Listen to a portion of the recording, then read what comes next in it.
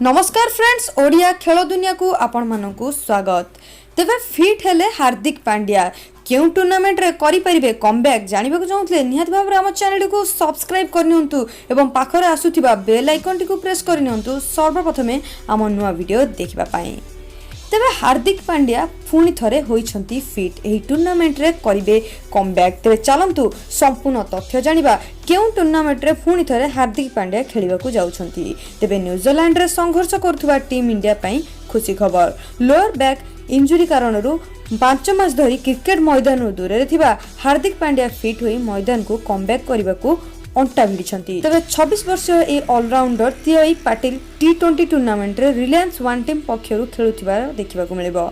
आसंता काली ठारू आरंभ हेबाकु थिबा एही टूर्नामेंट रे हार्दिक 3टी मैच खेलिबे। एही टूर्नामेंट खेली पांड्या निजर फिटनेस टेस्ट मध्य देबे। एक सूत्ररू मिलिथिबा खबर अनुसार हार्दिक को जातीय क्रिकेट एकेडमी रिलीज कर देछि। एबे से तियोई पाटिल को टूर्नामेंट रे खेलिबे। हार्दिक निजर शेष T20 मैच रे गत वर्ष सेप्टेम्बर 22 तारिख रे दक्षिण अफ्रिका विपक्ष रे खेलिथिले।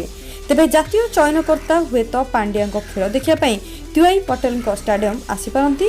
जदि पांड्या निजर फिटनेस साब्यस्त करिबारे सफल होंती ताहले आगामी दक्षिण अफ्रिका विपक्ष दिनिकिया सीरीज पई तांकू चयन करा जाय पारे। तेबे सूचनायोग्य पांड्या भारत पक्षरु 11टी टेस्ट 54 दिनिकिया एवं 40टी T20 मैच खेली सारिछंती।